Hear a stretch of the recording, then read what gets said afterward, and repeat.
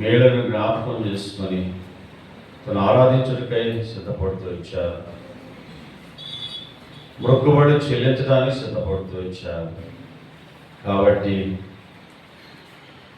తండ్రి, మరి నేను ఏమి చెల్లిస్తే ఆయన రుణపాత్రుని, ఆయన చేసిన ఉపకారంలో దేనిని మరొక అంటున్నాడు. కాబట్టి అలాంటి ఉపకారాలు మా వ్యక్తిగత జీవితంలో చేస్తూ వచ్చారు.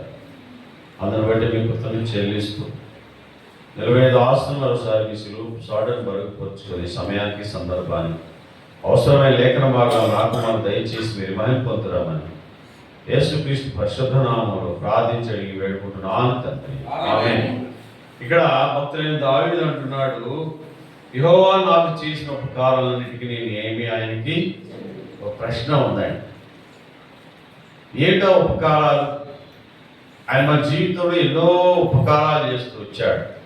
యెహోవా అందరికీ ఉపకారం రాయబడిందండి, అందరికీ ఉపకారం. ఆయన ఏ మనుషుని కూడా వదిలిపెట్టే దేవుడు కాదు. కాబట్టి వ్యక్తిగతంగా నీకు నాకు దేవుడు చేసిన ఉపకారాలు ఏమిటంటే, ఆయనకి ఏమి చెల్లిస్తామంటే కింద ఒక 13వ వచనంలో ఉంది, రక్షణ పాత్ర చేత పుచ్చుకొని యెహోవా నామమున ఆయనకి ఏం చేస్తాను, ప్రార్థన చేస్తాను, ఆరాధన చేస్తాను, ఆయనకి నా మొక్కుబడులన్నిటిని నేను ఏం చేస్తాను, చెల్లిస్తా.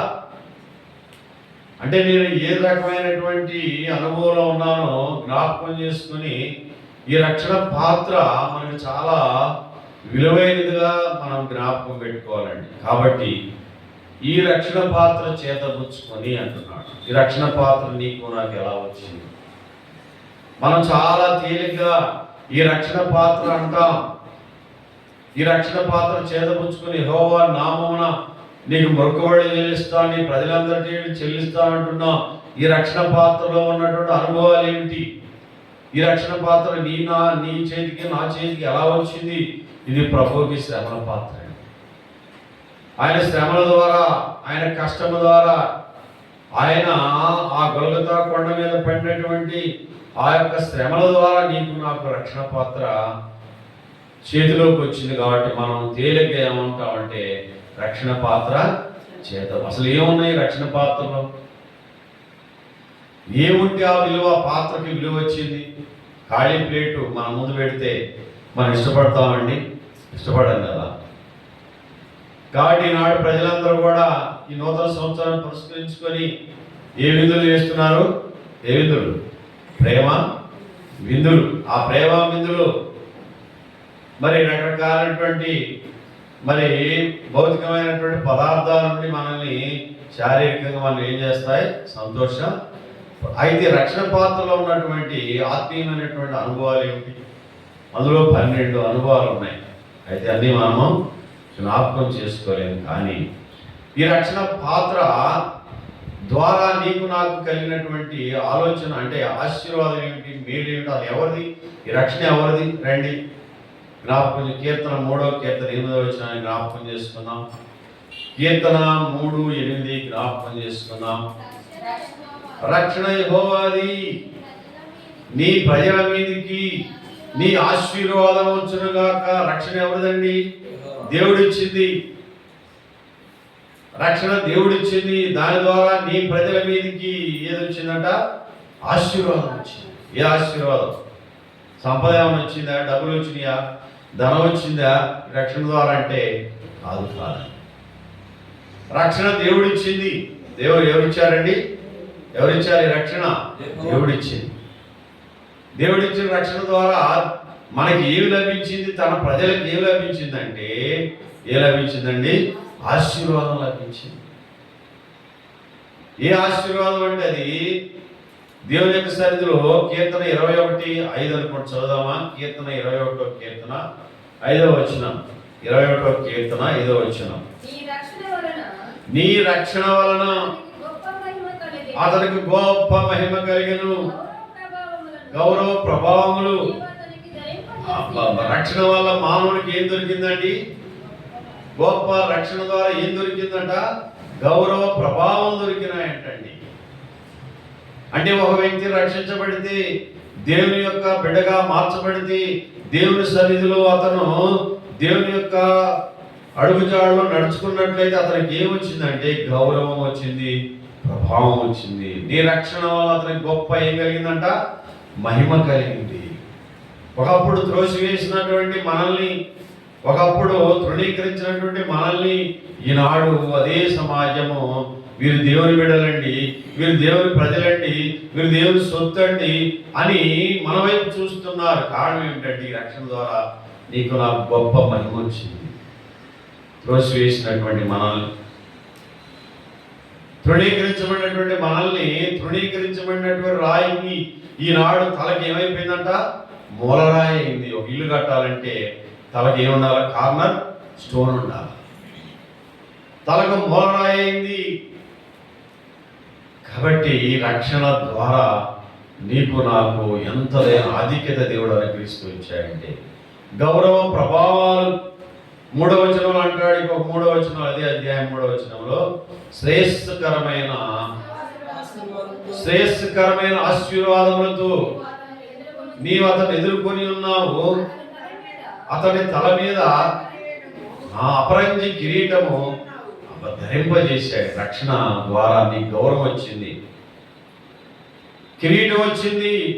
అపరంజి కిరీటము ధరింపజేసి ఉన్నాడు. ఏ ఆశీర్వాదం అంట? శ్రేయస్కరమైన ఆశీర్వాదం. భౌతికమైన ఆశీర్వాదం కాదండి. భౌతికమైన ఆశీర్వాదం వల్ల ఒకరికి కలిమి విస్తరించడం ద్వారా వానికి ఏమవుతుందంటే కీడులు వస్తాయి. కానీ ఇక్కడ దేవుడు ఇచ్చింది శ్రేయస్కరమైన ఆశీర్వాదాలు, నిత్యత్వములోకి తీసుకెళ్లే ఆశీర్వాదాలు. కాబట్టి ఆ యొక్క శ్రేయస్కరమైన ఆశీర్వాదాల ద్వారా దేవుడు నీకు నాకు ఏమిచ్చాడంటే గౌరవం ఇచ్చాడు. ఒక మంచి వ్యక్తిగా ఈ లోకములో నడుస్తున్నాడని గొప్ప పేరు ఇచ్చాడు. అందుకని జకరియా గ్రంథము 3వ అధ్యాయంలో అనుకుంటా, జకరియా గ్రంథము 8వ అధ్యాయము అనుకుంటా, చదువుదామా? జకరియా గ్రంథము 8వ అధ్యాయము 13వ వచనం అనుకుంటా, చదువుదాం. యూదావారులారా,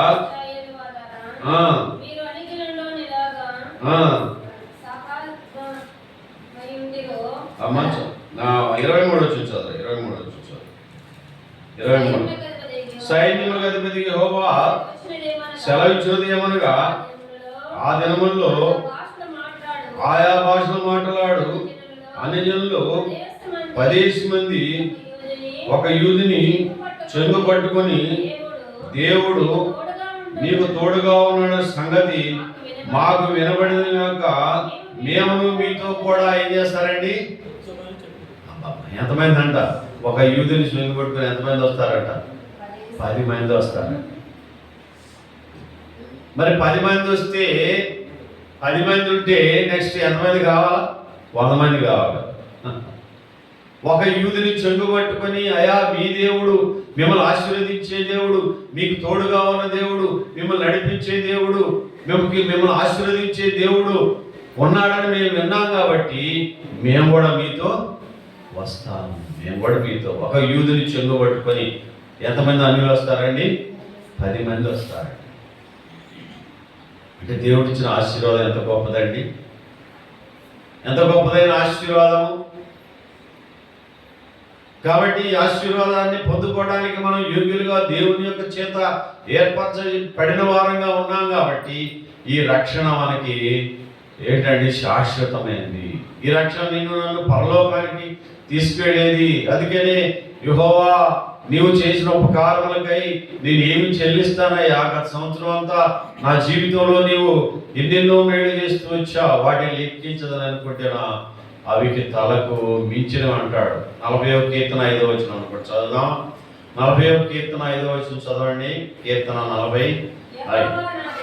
యెహోవా నా దేవా, నీవు మా యెడల జరిగించిన ఆశ్చర్య క్రియలను, మా యెడల నీకున్న తలంపులను, బహు విస్తారములు వాటిని వివరించేది చెప్పేదనను కొట్టిన అవి లెక్కకు మించినవి. అన్కౌంటబుల్ బ్లెస్సింగ్స్ అండి.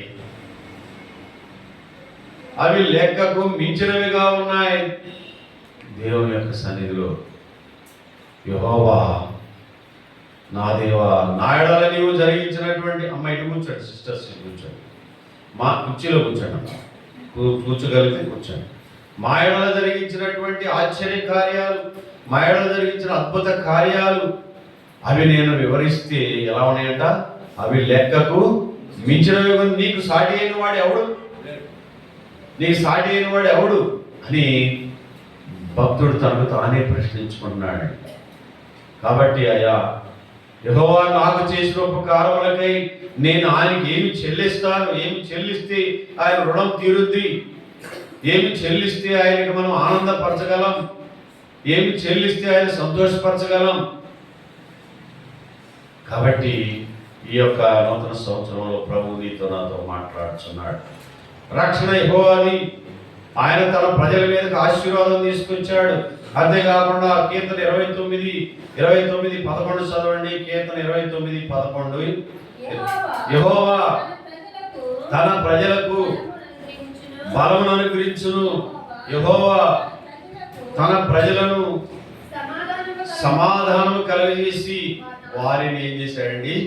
ఆశీర్వదించాడు. సమాధానం లేక, నెమ్మది లేక ఈనాడు ఎన్నో కుటుంబాలు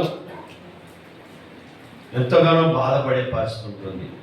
యెహోవా తన ప్రజలకు ఆయన బలం అనుగ్రహిస్తాడు. తన ప్రజలకు ఆయన శక్తిని, సమాధానం ఇచ్చి వారిని ఏం చేస్తాడండి? ఆశీర్వదిస్తాడు. అందుకనే యెహోవా ఆశీర్వాదం ఏమొచ్చిందంట? ఐశ్వర్యం ఇచ్చింది.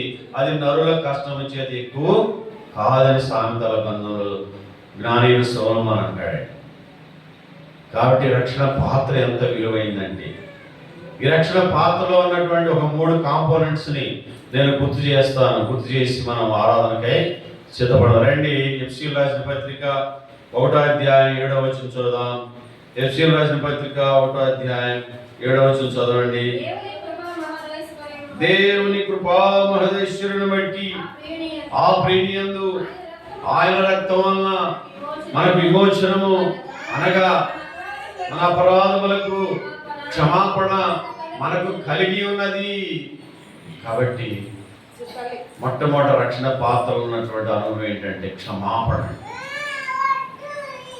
క్షమాపణ మనకు కలిగి ఉన్నది.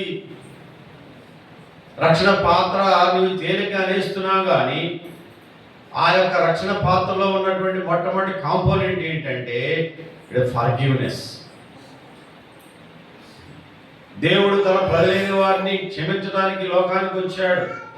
యేసుక్రీస్తు లోకానికి వచ్చిన సందర్భాన్ని మనం అనేక రీతులుగా గత వారం అంతట్లో జ్ఞాపకం చేసుకున్నాం కదా.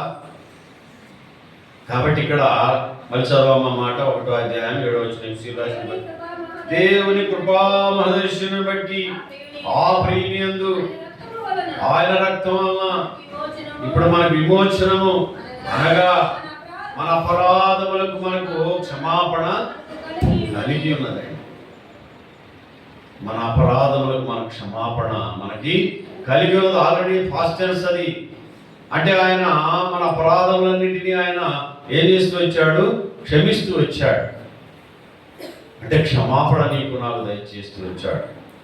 ఈ క్షమాపణ ప్రభు యేసుక్రీస్తుని నాడు ఉన్నతమైన స్థితిలో ఉంచింది. తండ్రి వీరు ఏం చేయించున్నారు? వీరు ఎరుగురు కాబట్టి వీరిని ఏం చేయమన్నాడు? శిక్షించమన్నాడా? క్షమించమన్నాడు. ప్రభు యేసుక్రీస్తులో ఉన్నటువంటి అత్యున్నతమైనటువంటి ఒక గుణాల్లో గుణం ఏంటంటే క్షమాపణ. నిన్ను నన్ను కూడా ఏం చేశాడు? పాపములు క్షమించడానికి మనిషి కుమారుడైన యేసుక్రీస్తుకి లోకములో ఏముందండి? అధికారము కలదని మీరు తెలుసుకోవాలంటాడు. ఎందుకంటే నేను పాపులను పిలవచ్చుగా నీతిమంతుల్ని పిలవరాలి. ఎఫెసీయులకు రాసిన పత్రిక 2వ అధ్యాయం 1వ వచనంలో ఒక మాట ఉంది, చదువుదామా మనం అనుకుంటున్నాం. ఏమా?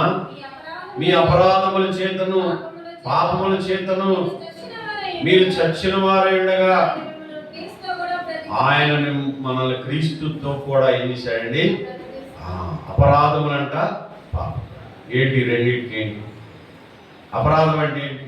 జనరల్గా మనం ఏం చేస్తామంటే ఈ వచనాన్ని మనం ఎత్తిపట్టు, ప్రభా నేను పాపముల చేతను అపరాధముల చేత చచ్చి ఉన్న నన్ను క్రీస్తుతో కూడా ఏం చేశావు? ఏంటి పాపాలు? ఏంటి అపరాధాలు? పాపం అంటే మనకు తెలుసు, మనకు తెలియకుండానే మన హృదయంలో మన పితరుడైన ఆదాము ద్వారా మనకి ఏమైపోయిందంటే అది సంక్రమించింది. మరి అపరాధం అంటే అపరాధం అంటే తెలిసి చేసేటువంటి పొరపాటు. పాపం అంటే మనం తెలియకుండానే ఆటోమేటిక్గా మన యొక్క శరీరంలో ఉంది కాబట్టి అది ఆటోమేటిక్గా మన పితరుడైన ఆదాము ద్వారా మనకు సంక్రమించింది. అపరాధం అంటే అది మనకు తెలిసి చేసేటువంటి పొరపాటు. అవ్వ దేంట్లో పడదట? అపరాధములో పడినని. అంటే అవ్వకు తెలుసా ఈ పండు తిన్న దినమున నిశ్చయముగా మీరు ఏమవుతారు? చనిపోతారని అవ్వకు తెలుసా లేదా? తెలుసా లేదా? తెలుసు. అయినప్పటికీ కూడా అపరాధంలో పడిందని రాయబడింది. కానీ నువ్వు పాపంలో చేతను తెలుసు తెలియకు నీ జీవితంలో నా జీవితంలో చేసినటువంటి పొరపాట్లు దోషాలు వీటన్నిటినీ ప్రభు ఏం చేస్తూ వచ్చాడంటే క్షమిస్తూ వచ్చాడు. ఈ క్షమాపణ అందుకని అపోస్తుల కార్య 10వ అధ్యాయం 43వ వచనంలో ఒక మాట ఉంది, చదువుదామా? అపోస్తుల కార్యాలు 10వ అధ్యాయం 43వ వచనం చదవండి. ఆయన విశ్వాసం ఉంచువాడు వాడెవడు? వాడు ఆయన నామం మూలంగా పాప క్షమాపణ పొందునని ప్రవక్తలందరూ ఆయన గురించి సాక్ష్యం ఇచ్చుచున్నారు. కాబట్టి ఆయన నామంలో ఏముందండి? పాప క్షమాపణ ఉన్నది. ఆయన నామంలో పాప క్షమాపణ ఉన్నది. ఈ పాప క్షమాపణ పొందినటువంటి అనుభవాన్ని నీకు రక్షణ పాత్ర జ్ఞాపకం చేస్తుంది. రక్షణ పాత్ర నీ చేతిలో ఎప్పుడున్నా, మన నోట్లో అది ఎప్పుడు వచ్చినా అందులో ఏమున్నదంటే పాప క్షమాపణ. నిన్ను నన్ను క్షమించినటువంటి అనుభవం అన్నది. నిన్ను నన్ను ఆయన ఆ పాపం నుండి, అందుకనే మీకా గ్రంథం 7వ అధ్యాయం అనుకుంటా చివరి వచనాల్లో ఉంది, చదువుదామా? చదవమా? మీకా గ్రంథము 7వ అధ్యాయం 18వ వచనం చదువుదాం. మీకా గ్రంథము 7వ అధ్యాయం 18వ వచనం చదవండి. తన స్వాస్థ్యములో శేషించిన వారి దోషమును తాను చేసిన అతిక్రమములను వాడిని క్షమించు దేవుడు నీతో సమడెవడనే దేవుడు ఉన్నాడా? ఆయన కనికరము చూపుట యందు సంతోషించువాడు కనుక నిరంతరము కోపముంచడు. మరలా మన యందు జాలిపడుచు మన దోషము అణిచివేయును. మన పాపములన్నిటినీ సముద్ర గాధములో ఆయన ఏం చేస్తాడండి? మరలా మన యందు జాలి పడతాడండి. మరలా మనం తప్పిపోయే వారమని అక్కడ జ్ఞాపకం చేయబడుతున్నాయి. మరలా మన యందు జాలిపడి మన దోషములన్నిటినీ సముద్ర గాధములో ఆయన ఏం చేస్తాడంట? తూర్పుకు పడమని ఎంతో దూరము, మన పాపాలని అంత దూరపరిచి ఉన్నాడు, అంతగా క్షమించినాడు. ఇక నేను వాటిని నేను జ్ఞాపకము చేసుకొనను అంటున్నాడండి. చేసుకొనను. అవి ఎక్కడ రాయబడి అంటే నీ హృదయం అనే పలక మీద రాయబడింది. అందుకే హృదయం అనే పలక చెడిపోయినది. ఆ హృదయం అనే పలక మీద రాయబడినటువంటి ఆ యొక్క దేంతో రాశారమ్మా? దేంతో రాశారు? పెన్నుతోనా? దేంతో రాశారు? ఇర్మియా గ్రంథం 17వ అధ్యాయం 2వ వచనం చదువుదామా? ఇర్మియా గ్రంథం 17వ అధ్యాయం 2వ వచనం. ఇర్మియా యూదా పాపము ఇనుప గంటముతో రాయబడి ఉన్నది, అది వజ్రపు మనతో లెక్కింపబడి ఉన్నది. అది వారి హృదయం అనే పలకల మీద. యూదా పాపము ఇనుప గంటముతో, ఐరన్ పెన్నుతో, డైమండ్ పాయింట్తో ఏం చేశారంట? వజ్రపు మనతో లిఖింపు. అది ఎక్కడ రాయబడిందంట? వారి హృదయం అనే పలకల మీద రాయబడింది. అది చెక్కబడి ఉన్నది కాబట్టి అది పోవటం లేదు. అది పోవటం లేదు. పోవటానికి ఆయన అపోస్తుల కార్యం 3వ అధ్యాయం 20వ వచనంలో ఒక చక్కటి మాట జ్ఞాపకం చదువుదామా? అపోస్తుల కార్యాలు 3వ అధ్యాయం 20వ వచనంలో రాయబడిన మాట చదువుదాం. చదవండి. మీ కొరకు నియమించిన క్రీస్తు యేసును ఆయన పంపునట్లు మీ పాపములు తుడిచివేయబడి నిమిత్తము మారు మనసునంది తిరుగుడి. ఇప్పుడు మన పాపాలు ఏం చేయబడి అంట? రాయబడిన పాపాలన్నీ క్లీన్ చేయకండి అంటే శుద్ధ హృదయాన్ని ఆయన మనకి ఇస్తూ వచ్చాడు. రాయబడినటువంటి ఆ పాపాలు, ఆ దోషాలు, అతిక్రమాలు అపరాధాలన్నీ కూడా యేసు రక్తం చేత అవన్నీ ఏమైపోయినాయంటే శుద్ధి చేయబడ్డాయి, క్షమాపణ పొందినటువంటి స్థితిలోకి వచ్చాం.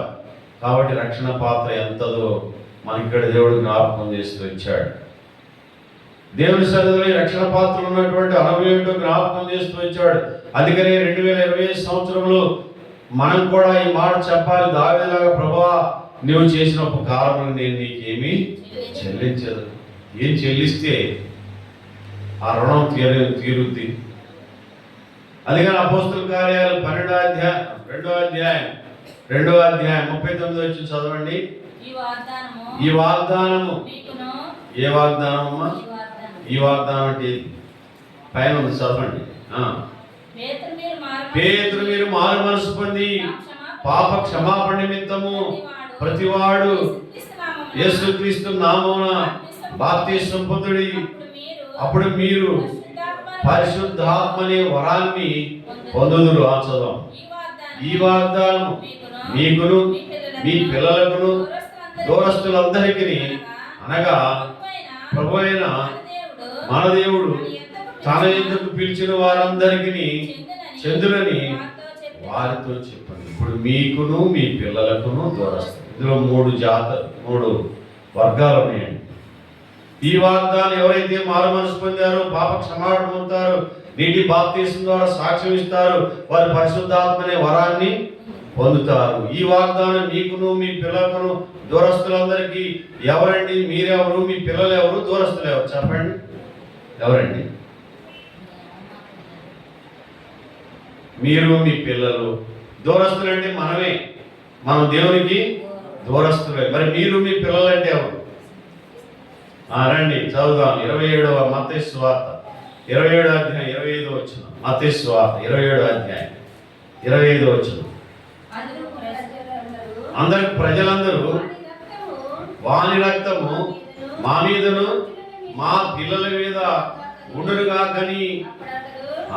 కాబట్టి అక్కడ యేసు ప్రభుని శిలువకు అప్పగించే సందర్భంలో పిలాతు ఆయన విచారించినటువంటి అధికారి ఏమన్నాడంటే, అయ్యా ఈయన నీతిమంతుడు, ఈయనలో ఏ దోషం నాకు కనబడలేదు, ఈయన నేను వదిలేస్తాను, ఈయన విషయమై నేను పాపం చేయాలి. ఆయన చేతులు ఏం చేశాడండి? కడుక్కున్నాడు. ఈ నీతిమంతుడు రక్తంలో నేను పాలు పొందనంటే అప్పుడు యూదులు ఏమన్నారో తెలుసా? అయ్యా ఆ నీతిమంతుడి రక్తం మా మీద మా పిల్లల మీద ఉండునుగా కానీ శాపాన్ని వాడు ఏం చేశారు? వారి మీదకి తెచ్చుకున్నారు. అంటే శాపము యూదుల మీద ఉన్నది, వారి పిల్లల మీద ఉన్నది. అందుకని యేసు ప్రభు ఏమన్నాడంటే, ఆ యెరూషలేము వీధుల్లో ఆ యొక్క శిలువను మోసుకుంటూ వెళ్ళినప్పుడు ఆ యొక్క మరియా తల్లి వాళ్ళందరూ ఏడుస్తుంటే, అమ్మా మీరు ఎందుకు ఏడుస్తున్నారు? మీరు నా కోసం ఏడవకండి, మీకోసం. ఎందుకని ఆ మాట అన్నాడు? ఎందుకంటే మీరేమో మందిరంలో కూర్చుంటున్నారు, మీ పిల్లలేమో బయట ఎక్కడో ఉంటున్నారు. మరి రేపు మీ పిల్లలు ఆ యొక్క నరకములు, మీరేమో పరలోకములు అబ్రహాములాగా లాజరులాగా నెమ్మది పొందుతుంటే, వారు ధనవంతులాగా వేదన పడుతుంటే ఇప్పుడు దేనికోసం ఏడాలి? అప్పుడు ఏడితే సుఖం లేదు, ఇప్పుడు ఏడాలి. అందుకే యెరూషలేము వీధులు ఆయన మాట అన్నాడు, అమ్మా నా నిమిత్తం ఏడవకండి, నేను సిలువ వేయడానికి వచ్చాను, ప్రాణం పెట్టడానికి వచ్చాను, ఈ శ్రమలు అనుభవించడానికి వచ్చాను. కాబట్టి మీ నిమిత్తము మీ పిల్లల నిమిత్తము వాడిని దేవుని సన్నిధికి నడిపించి, ఆ శాపము వారి మీద ఉంది, వారి పిల్లల మీద ఉన్నదండి. ఆ శాపాన్ని ప్రభువైన యేసుక్రీస్తు శిలువలో ఏం చేశాడండి? తొలగించాడు. మాను మీద వేలాడి ప్రతివాడు శాపగ్రస్తుడని రాయబడి ఉన్నది. కాబట్టి నీ మీద నా మీద ఆనాడు ఇశ్రాయేలు మీద యూదుల మీద వారి పిల్లల మీద ఉన్నటువంటి ఆ శాపాన్ని ప్రభువైన యేసుక్రీస్తు ఏం చేశాడు?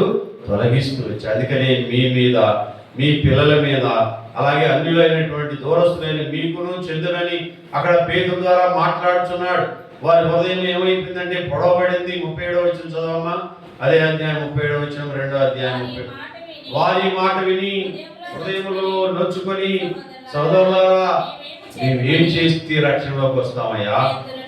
ఈ శాపం ఎలా పోతుంది? మా పితరులేమో శాపం తెచ్చి మా మీద పెట్టారు, ఈ శాపం ఎలా పోతుంది?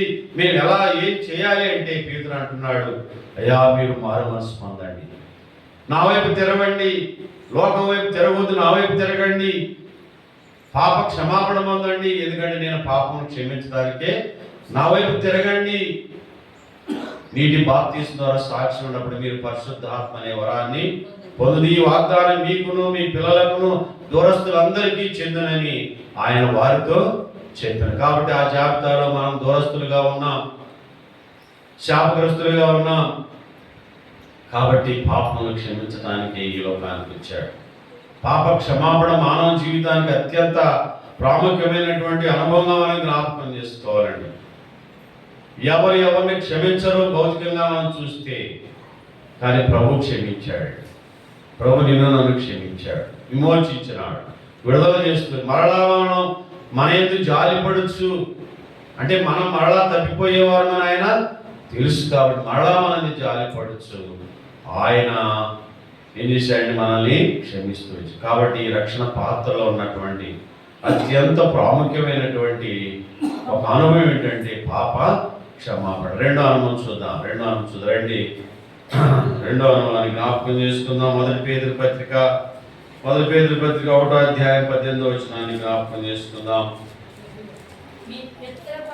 మీ పితృ పారంపర్యమైన మీ వ్యర్థ ప్రవర్తన విడిచిపెట్టినట్లుగా వెండి బంగారం లాంటి క్షయ వస్తువుల చేత మీరు విమోచించబడలేదు గాని అమూల్యమైన రక్తము చేత, అనగా నిర్దోషమును నిష్కళంకములకు గొర్రె పిల్ల వంటి క్రీస్తు రక్తము చేత మీరు విమోచించబడినాను మీరు ఎరుగుదురు కదా.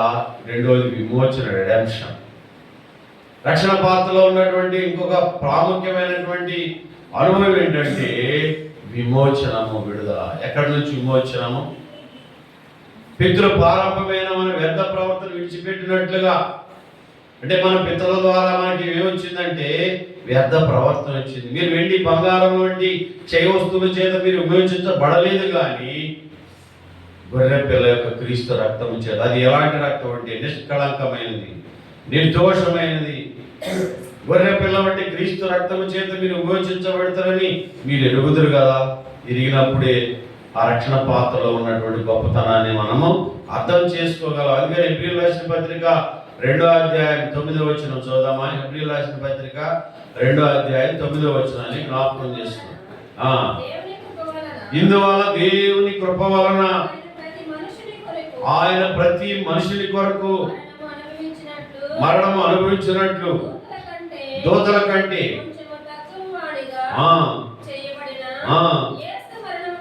యేసు మరణం పొందినందున మహిమా ప్రభావములతో ఆయన కిరీటము ధరింపజేసిన వానిగా. అక్కడ కింద రాయబడిందండి, ప్రతి మనుషుని కొరకు ఆయన మరణాన్ని ఏం చూశాడంట? కింద రాయబడింది, మరణాన్ని రుచి చూచాడంట. మరణాన్ని రుచి చూడడానికి అది ఏమన్నా మనకి ఇచ్చే ఇప్పుడు నూతన సంవత్సరం ఏమన్నా స్వీట్ లాంటిదా? ప్రతి మనుషుని కొరకు ఆయన మరణాన్ని అనుభవించి, ఎందుకంటే నిన్ను నన్ను విమోచించాలి. మన వ్యర్థ ప్రవర్తనలో ఉన్నాం. మన పితరుల ద్వారా మనకి దొరికినటువంటి ఏమిటంటే వ్యర్థమైన ప్రవర్తన విమోచించబడినట్లుగా మన దేవుడు ఏం చేశాడండి? విమోచిస్తూ వచ్చాడు. అందుకే తన స్వరక్త ఇచ్చి సంపాదించిన సంఘంలో నిన్ను నన్ను ఏం చేశాడు? అంగములుగా చేస్తూ వచ్చాడు. అందుకే ప్రకటన గ్రంథం 5వ అధ్యాయం 9వ వచనంలో ఒక మాట ఉంది, చూద్దామా? ప్రకటన గ్రంథం. ఆ పెద్దలు నీవు ఆ గ్రంథమును తీసుకుని యోగ్యుడవు, నీ వధింపబడిన వాడవై నీ రక్తం ఇచ్చి ప్రతి వంశములోను ఆయా భాషలు మాట్లాడేవారిలోను ప్రతి ప్రజలోను ప్రతి జనములోను దేవుని కొరకు మనుషులను కొని మా దేవునికి వారిని ఒక రాజ్యముగాను ఒక యాజకులుగాను చేసితిమి కనుక వారు భూలోకమును ఏలుదురు. మరి కొత్త పాట ఆయా జనములు, ఆయా భాషలు, ఆయా ప్రజల నుండి దేవుడు తన ప్రజలైన వాళ్ళు ఏర్పాటు చేసుకున్నాడండి. విమోచిస్తూ వచ్చాడు. ఆయన రక్తం చేత కొన్నాడు, కడిగాడు, పవిత్రపరుస్తూ వచ్చాడు. నీతిమంతులుగా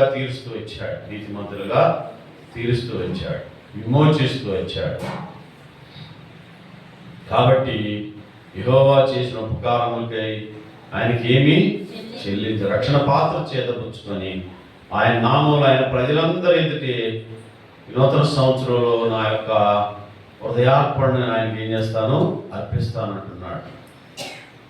కాబట్టి ప్రియులారా, జ్ఞాపకం పెట్టుకున్నట్లయితే రక్షణ పాత్రలో ఉన్నటువంటి అనుభవాలు చాలా గొప్పదైన అనుభవాలు ఉన్నాయి. అందుకనే తీతు రాసిన పత్రిక 2వ అధ్యాయం 14 వచనం చదువుదామా? తీతు రాసిన పత్రిక 2వ అధ్యాయం 14 వచనం చదువుదాం.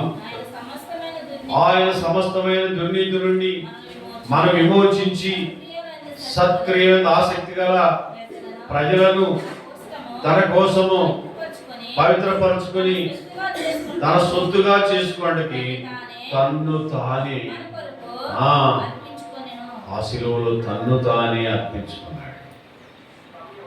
అంటే నిన్ను నన్ను విమోచించాలని తన్ను తానే సత్క్రియలందు ఆసక్తి గల ప్రజలను తన కోసము దేవుడు ఏం చేశాడండి? ఏర్పాటు చేసుకున్నాడు. మీరు మీ సొత్తు కాదంటాడు. విలువ పెట్టి కొనబడిన కాదు కాబట్టి మీ దేహంతో దేవుని ఏం చేయాలట? మహిమపరచాలి. కాబట్టి ఆయన ఎలాంటి అనుభవంలో మనం నడిపిస్తూ వచ్చాడండి. నూతన సంవత్సరంలో జ్ఞాపకం చేయబడినటువంటి మాటలను మనం తలపుసుకొని, అందుకే గలతీయులకు రాసిన పత్రిక 1వ అధ్యాయం 4వ వచనంలో కూడా చక్కటి మాట ఉందో చదువుకొని మనము మన తండ్రి అయిన దేవుని క్రీస్తు మనల్ని ప్రస్తుత దుష్ట కాలములో నుండి విమోచింపవాలని మన పాపముల నిమిత్తము తన్ను తాను ఏం చేయండి? అప్పగించుకున్నాడు. తను తానే సెల్ఫ్ సాక్రిఫికేషన్ అంటారు. అంటే తను తానే అప్పగించుకున్నటువంటి స్థితి ఆ శిలువకి. కాబట్టి మనము విమోచించబడ్డాం. అందుకే కీర్తనాకాడు ఒక చక్కటి మాట అంటాడు. 41 కీర్తన 2వ వచనంలో చక్కటి మాట అక్కడ ఉపయోగించాడు. చదువుదామా? 41 కీర్తన 2వ వచనము. నాశనకరమైన గుట్టలో నుండి జగడగల దొంగ ఊబిలో నుండి ఆయన నన్ను పైకెత్తెను. నా పాదములు బండ మీద నిలిపి నా అడుగులు స్థిరపరిచెను. తనకు స్తోత్ర రూపము క్రొత్త గీతాన్ని దేవుడి దినం నీ నోట నా నోట ఉంచుతూ వచ్చాడు. క్రీస్తు అనే బండ మీద నీ నా పాదాలను ఏం చేశాడు? ఆయన నిలుపుతూ వచ్చాడు. నాశనకరమైన గుంటలు ఈనాడు సమాజంలో, ఈ లోకములో ఎంతో మంది నాశనకరమైనటువంటి గుంటలో ఉన్నారు, లోకమైనటువంటి ఊబిలో ఉన్నారు. వారు బయటపడేటువంటి మార్గం ఏంటి వారికి తెలియట్లేదు. డ్రగ్స్కి ఎడిక్ట్ అయిపోయిన వారు ఉన్నారు. లేకపోతే ఈ లోక సంబంధమైన జీవితంలో ఉండి అందులోంచి ఎలా బయటపడలో వాళ్ళకి ఎవరు సహాయం చేస్తారో కూడా తెలియట్లేదు. నాశనకరమైన గుంటలో నుండి, జగడగల దొంగ ఊబిలో నుండి ఆయనను పైకి లేవనెత్తును. నా పాదములు క్రీస్తు అనే బండ మీద నిలబడి నా అడుగులు స్థిరపరిచాడు. కాబట్టి ఇప్పుడు కొత్త గీతాన్ని నేను నా దేవుడు నా నోట అదే సియోని గీతం. ఆనందమయ పరలోకము మధ్య చాట నుండి వచ్చునిసు. ఆనందమయ పరలోకము మనది అచాట నుండి వచ్చునిసు. సియోను గీతము సంపోగా కలసి పాడేదము ప్రభు యేసునే. సియోను గీతము సంపోగా కలసి పాడేదము ప్రభు యేసునే. సియోను పాటలు సంతోషముగా పాడుతూ సియోను వెళ్ళోదము. సియోను పాటలు సంతోషముగా పాడుతూ సియోను వెళ్ళోదము. ఈ సియోను గీతాలతో నీ హృదయం నింపబడిందా? కృతజ్ఞతాపూర్వకమైనటువంటి విధానంలో దేవుని సన్నిధిలో నీవు నింపబడుతూ వచ్చావా? నూతన సంవత్సరంలో రక్షణ పాత్ర చేత పుచ్చుకొని తేలిగ్గా అనేస్తాం, కానీ అందులో ఉన్న సంగతులు ఏంటో మనకి అర్థం కావు. 12 రకాల కాంపోనెంట్స్ ఉన్నాయి, నేను రెండే చెప్పాను. కాబట్టి ప్రియులారా, జ్ఞాపకం పెట్టుకున్నట్టు ఈ రక్షణ పాత్ర విలువ మనం తెలుసుకోవాలి. ఈ రక్షకుడు యొక్క విలువను తెలుసుకోవాలి. క్రిస్మస్లో మనం విన్న వార్త, రక్షకుడు నేడు మీ కొరకు. నేడంటే ఏ రోజైనా చదువుకోండి, నీ హృదయంలో ఆ రోజే ఆయన జన్మించినట్లయితే అదే నీకు నిజమైన సంతోషకరమైన శుభదినం అండి. రక్షకుడు నేడు నీ యొక్క హృదయంలో పుట్టినట్లయితే, అది ఎప్పుడైనా నువ్వు చదువుకున్నట్లయితే, ఈరోజు చదువు, ఇంకా నవంబర్లో చదువు, డిసెంబర్లో చదువు, అది నేడు అనేది ప్రజెంట్ కంటిన్యూస్ టెన్స్ అండి. కాబట్టి ఎప్పుడైతే నీ హృదయంలో ఆ రక్షకుడు జన్మిస్తాడు, అదే నీ హృదయానికి మహా సంతోషకరమైన శుభం అండి, శుభదినం అండి.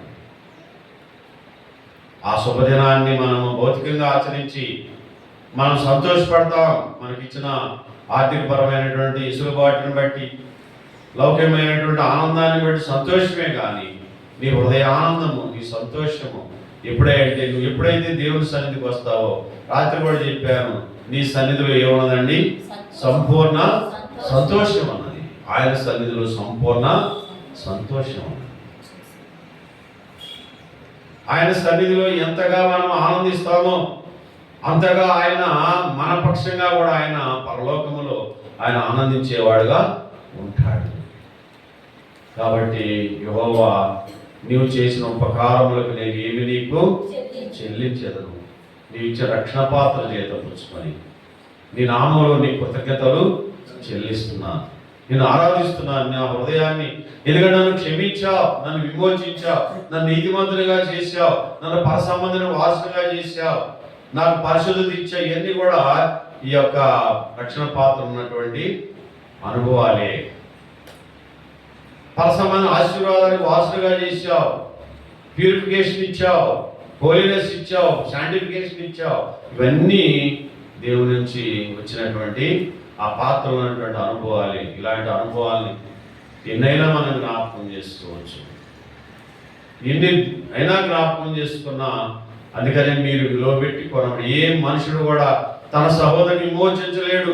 వాడు కుళ్ళు చూడక నిత్యము బ్రతుకున్నట్టు వాడు అలా ఉండాల్సింది. వారి ప్రాణ విమోచన ధనము బహు గొప్పది. కీర్తన 49:9 ఉంది. అది తీరక అట్లుండవలసింది అంటాడు. నువ్వు ఎన్నిసార్లు ఆరాధన చేసినా ఆ రుణము తీరక అట్లుండవలసింది. ఇంకా అందులో బ్యాలెన్స్ మిగిలే ఉండదు. నేను ఈరోజు ఆరాధన చేశాలే అంటే కాదు, ఇంకా రుణము తీరక అట్లుండవలసింది. దావీదు ఏం చేస్తాడంటే ముమ్మారు ప్రార్థన చేస్తాడు, 7 సార్లు దేవుని ఆరాధిస్తాడు. రోజుకి 7 సార్లు ఆరాధన చేస్తాడంటే ముమ్మారు ప్రార్థన చేస్తాడు. 10 సంపూర్ణమవుతుంది. మనం రివర్స్ 7 సార్లు అంటే 7 రోజులు కూడా ఒకసారి కూడా దేవుని సన్నిధికి రావడానికి మనకి తీరిక లేని పరిస్థితి ఉంటుంది. ఎందుకంటే ఆయన గొప్ప రాజు, చక్రవర్తి అయినప్పటికీ దేవుని సన్నిధిలో ఆయనకి ఇంత సంతోషం ఉన్నదో, ఆనందం ఉన్నదో. నీ మందిరంలో నివసించే వారు నిత్యము నేను ఏం చేస్తారు? స్తుతిస్తారు. కాబట్టి ఆయన మందిరంలో సంతోషం ఉంది, సమాధానం ఉంది, నెమ్మది ఉంది, రక్షణ ఉంది, జీవగల మాటలు ఉన్నాయి, పాప క్షమాపణ ఉంది, విడుదల ఉంది, విమోచన ఉన్నది, పరిశుద్ధత ఉన్నది, పవిత్రత ఉన్నది, పరసమైన ఆశీర్వాదాలు ఉన్నాయి. పరలోకానికి వెళ్ళే మార్గాన్ని ఆయన బోధించేవాడిగా ఉన్నాడు. నిత్యత్వంలో తీసుకెళ్లేటువంటి మార్గంలో నేను నడిపించేవాడుగా ఉన్నాడు. ఇన్ని అనుభవాలు పొందుకున్నటువంటి మనము ఆయన ఆరాధించకుండా ఎలా ఉండగలుగుతాం? ఆ విధంగా దేవుడు నిన్ను నన్ను సిద్ధపరిచి ఆరాధనకై మనల్ని సిద్ధపరచుగాక. దేవుడు ఆ రీతిగా మనల్ని జ్ఞాపకం చేసుకొని ఆరాధించడానికి మన హృదయాన్ని మనల్ని సిద్ధపడతారు. రండి, కొద్ది సమయం మనం దేవుని సన్నిధిలో మనం ఆరాధన కలిగి ఉందాం.